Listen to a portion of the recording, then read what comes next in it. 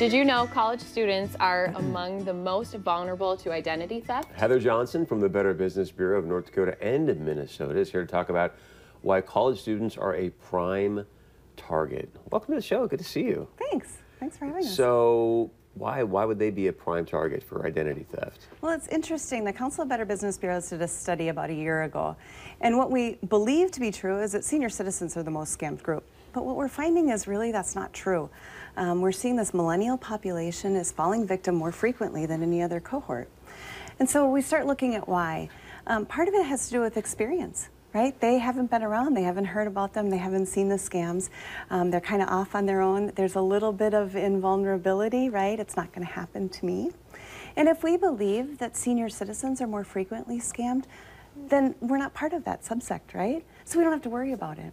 So there's a couple of Is there anything too, because these younger people are always online, so there's more, I don't know, access points maybe? Right, so that's a big part of it too. Now, other generations didn't grow up online the way this generation has, so there's an inherent trust to being online.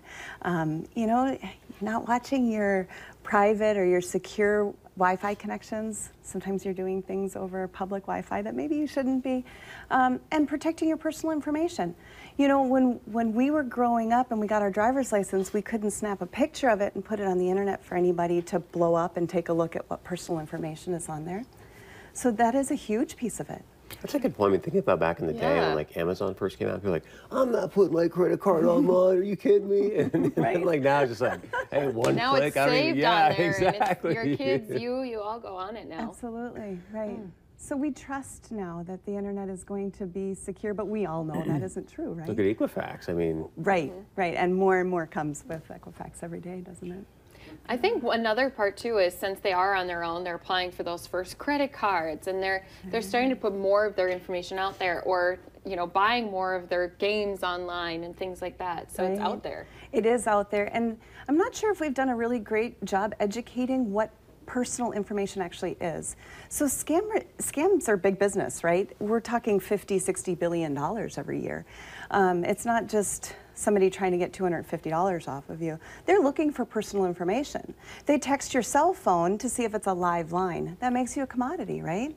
You pick it up and you say, this is my cell phone. Well, you just gave them information that they can use in another attempt. wow. So these college kiddos, and if you have kids or you've been in college, you know that that whole financial aid package is confusing. It's new, it's interesting, it's different, right? So when you get a phone call that might say, well, you owe taxes on the fees. Well, you don't, but you wouldn't know that because you haven't had experience in that yet. And some of them, they use that wording where it just kind of makes you question it, and then if you aren't sure and they don't want to get in trouble, that's when more problems seem to happen. And we're busy. Yeah. So we want to do it quickly, get rid of it, get it over with. So sometimes we don't stop, do the research, make sure that what we're giving our credit card number to, right? So we encourage people, don't ever give your credit card number over the phone unless you're 100% sure that the person that you're talking to is who you want to be giving that information to. So you said we're not doing a good job educating about personal information. So how would you define that? So knowing that your name, address, phone number is considered personal private information and that you just don't give that to everybody. I mean, but there's websites out there like Ozzy's, you know, that all that stuff is sitting there that we haven't disclosed, and somehow they just get it and post it. So when was the last time you got on a website, put your personal information in it, and then read that user agreement from start to finish? Yeah, never. Probably Right? not at all. Exactly. So we just click, okay, we accept it, we have this inherent trust. But part of that phrasing could look like, we also sell information. So your information may end up out there because you've shopped online, or you've chosen to put your information out there without realizing that it gets bought and sold. Wow. So I think the next question when we come back after the break is, how do you protect yourself? Yeah. How do you have that conversation with the college kids? And we'll be back after a break.